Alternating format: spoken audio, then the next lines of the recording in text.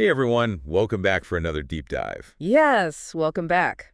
Today, we're going to be diving into a pretty interesting topic, racial dysphoria. Yes, very interesting. A lot of buzz around this recently. Yeah, it seems like it's kind of popping up more and more. So we've got a really interesting mix of sources today. We've got some academic studies. We do. We've got people being really open and honest on Reddit threads, Yes. and even some YouTubers chiming in with their perspectives. Yeah, it's a very interesting mix. So I guess to get started, um, how would you even define racial dysphoria? Well, that's a great question because there really isn't a universally accepted definition. Yeah, I was going to say it's kind of a new concept, it feels like. Yeah, it's emerging, and so there's a lot of discussion about it, but Yeah. no real solid definition yet. So how do we even begin to unpack this then? Well, I think a good place to start is actually with gender dysphoria. That's a more established concept. And some people argue that racial dysphoria is a similar experience where there's a disconnect between someone's assigned race at birth and their internal sense of racial identity. I see some parallels there, but I can also see how there might be some key differences too. Absolutely. Like I was looking at this one Reddit thread, and someone straight up asked, is it kind of the same as being transgender? Right. And it's like, that's the question, isn't it? It is. It really gets you thinking. Yeah, like how deep does this sense of racial identity actually go? Yeah, and one of the academic studies we looked at defines racial dysphoria as like a strongly felt sense of identification with a certain race that doesn't match their assigned race at birth. But, it does strongly felt even mean. Right. Is it purely psychological? Is it a social construct? Exactly. Or is there like something more to it? Yeah, it's something deeper. And we actually found this YouTube video that argues that racial identity, like gender identity, could have a biological basis. Oh, wow. Yeah, it's pretty interesting. So they're saying it's not just a social construct. Yeah, they're pushing back on that idea. Hmm. And they even brought up the case of Ollie London. Oh, yeah. He's been in the news a lot. Yeah, he identifies as transracial and has had extensive surgery to look Korean. It's definitely a controversial case. Extremely. It brings up all sorts of questions about cultural appropriation and the motivations behind those kinds of drastic measures. Like on one hand, there's the whole idea of personal autonomy and the freedom to express your identity however you want. All right. But then on the other hand, you have to consider the potential harm in reinforcing stereotypes or, trivializing an entire culture. It's a really tricky situation. Yeah. So where do we go from there? Well, this is where we get to the concept of RCTA, racial/cultural transition activity. RCTA. Yeah, it's a mouthful. Okay, so break that down for me. Basically, it's a term that covers all the different things people do to try to align their appearance and behavior with the racial identity they want. Oh, I see. So it could be anything from like changing your hairstyle. Okay. To using certain makeup techniques, Mm. even things like tanning or in some cases even surgery to change their features. I mean, some of that stuff is pretty intense. It can be, and it's not always about just outward appearances either. We found this Reddit post that was really powerful where someone talked about how they started adopting Japanese aesthetics and it made them feel like they finally belonged somewhere. Wow. So there's a real emotional and social aspect to all of this, too. Absolutely. It's about feeling connected and accepted. But I mean, I can also see how that could be problematic. For sure. Like, are you really appreciating another culture or are you just kind of appropriating it? That's the key question. And one of the sources we have, Understanding RCTA, criticizes that kind of approach as being superficial and potentially perpetuating harmful stereotypes. Yeah, that makes sense. They argue that just changing how you look doesn't mean you genuinely understand or respect another culture. Yeah. So then what is the motivation behind all this? Is it about truly discovering yourself and connecting with another culture on a deep level? It's a really good question. Or is it more about wanting external validation or even attention? It's hard to say, and it probably varies from person to person. Right. But, the Ollie London case definitely makes things a bit more complicated. He does. Because he later transitioned to identifying as a trans woman and then shifted to more conservative commentary. Right. So it makes you question the consistency and authenticity of his self-identification. Yeah, that's a whole other layer to this whole conversation. It really is. It's like we're dealing with individual identity, societal pressures, cultural dynamics, Right. even maybe a little bit of performance. Exactly. It's all intertwined. And that brings us to the big ethical question. I think if we're becoming more accepting of transgender identities as a society, does that mean we should also embrace transracial identities? That's a question a lot of people are grappling with. Yeah, and it doesn't seem like there's an easy answer. Definitely not. It's a complex issue with no easy solutions. But it's a conversation that needs to be had. Yeah. Absolutely. We need to talk about these things and try to understand each other better. Well said. So I guess we'll keep diving deeper into all of this. Yes, there's much more to explore. After the break, we'll be back to tackle even more the complexities of racial dysphoria and the future of racial identity. So stay tuned. Absolutely. This is just the beginning. Yeah, it's a question that really makes you think about, like, the whole foundation of identity. Right. Like, how do we even define it? Exactly. And one of the philosophical papers we looked at argued that if we accept that gender identity is fluid and, separate from biological sex, Okay. then logically we should also accept the possibility that racial identity could be fluid too. It's a pretty interesting argument. It is, it's thought-provoking. But, I mean, there's also a lot of historical baggage that comes with race that we can't just ignore. Oh, absolutely. Yeah. That's a huge point, and one of the YouTube videos we found actually counters that argument.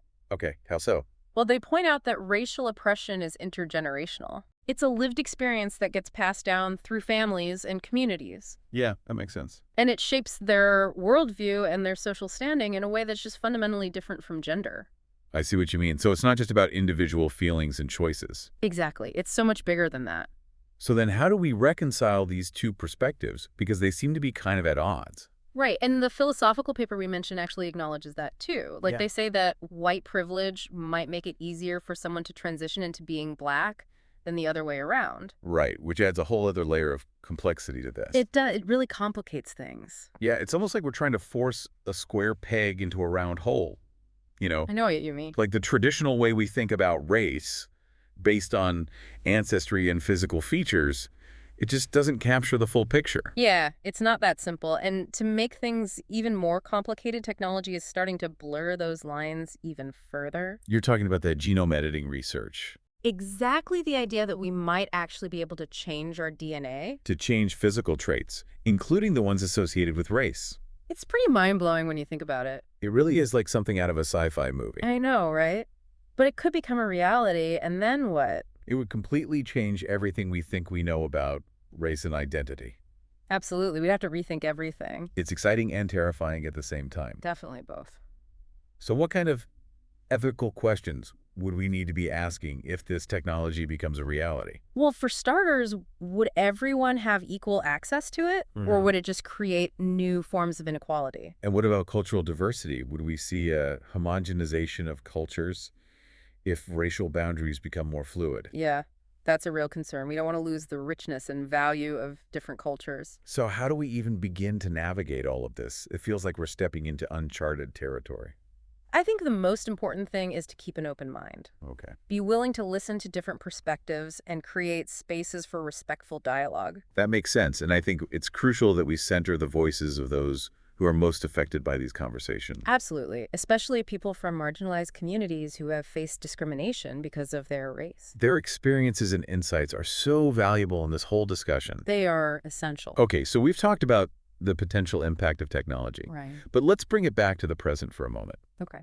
We talked earlier about that Reddit post where someone felt more accepted in Japanese social circles after adopting their aesthetic. Right. It's a really powerful example of how RCTA can provide a sense of belonging. It is, but it also brings up those concerns about authenticity and cultural appropriation. Exactly. Like one of our sources, Understanding RCTA, really emphasizes that true cultural appreciation goes beyond just surface level changes. Okay, so it's not just about looking the part. Right. It's about understanding and respecting the history, the values, the lived experiences of another culture. That makes sense. So then what about someone who feels a strong pull towards another race, but doesn't want to be disrespectful or appropriate? That's the challenge, isn't it? It is. It's about finding that balance. Right. And I think it requires open and honest conversations, both within ourselves and as a society.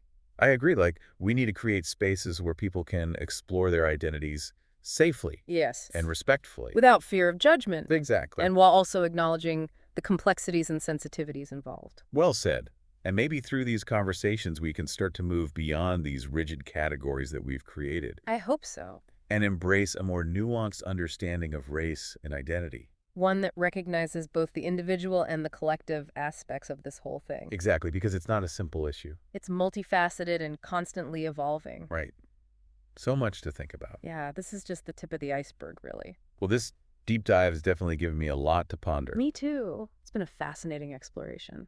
It really has. And to all of our listeners out there, we'll leave you with this question. If technology could allow us to safely and completely transform our racial identity, Okay. would it ultimately lead us to a more just and equitable society? Or would it just create new forms of division and inequality? That's the big question. It is, and it's something we all need to be thinking about as we move forward into this uncertain future. Absolutely. It's a conversation that needs to It continue. feels like we've been talking for hours and we've only just scratched the surface. I know, right? There's so much more to say about all this. There really is like racial dysphoria and this whole idea of racial identity in the future. It's a huge topic. It's massive, and it's only going to get bigger, I think. Right, and one thing that keeps coming back to me is the potential for technology to really shake things up. Oh, yeah. We were talking about gene editing before and Yeah. how it could potentially change our DNA, Right, like actually changing physical traits, including the ones that we associate with race. which is wild when you think about it. It's like we're on the verge of this whole paradigm shift in how we understand ourselves and each other. Yeah, and how we define race. But I mean, wouldn't that also lead to a whole new set of problems, like social challenges and stuff? Oh, for sure. Like, would everyone have the same opportunities to modify their racial identity? Right, or would certain groups be privileged over others? Exactly. And what about cultural diversity? Would we end up with this, like, homogenized society if racial boundaries become more fluid? That's a scary thought. Like, I don't want to lose the richness and beauty of different cultures. No, me neither. That's something we need to be really careful about. So how do we even approach this whole thing? It feels like we're stepping into this future that's both exciting and kind of terrifying. It is a bit of both. Yeah. I think the key is to stay open-minded. Okay. Be willing to listen to different perspectives and Mm. create spaces for, like, respectful dialogue and really think about the potential benefits and the risks. And probably most importantly, we need to make sure we're listening to the people who are most affected by these conversations. Absolutely. The people from marginalized communities who have experienced discrimination based on their race. Their voices need to be heard. They need to be at the center of this whole discussion. Well, this deep dive has really been eye-opening for me. I've learned so much about racial dysphoria and how racial identity is changing. Me too. It's been a fascinating journey. It really has. And for everyone listening out there, we'll leave you with this question. Okay, kill us with it. If technology could allow us to safely and completely transform our racial identity, All right. would it ultimately lead us to a more just and equitable world? Or would it just create new forms of division and inequality? That's the million-dollar question. It is, and it's something we all need to be thinking about as we move forward into this future that's full of potential, but also full of uncertainty. Absolutely. It's a conversation that needs to keep going. Thanks for joining us on this deep dive, everyone. Until next time.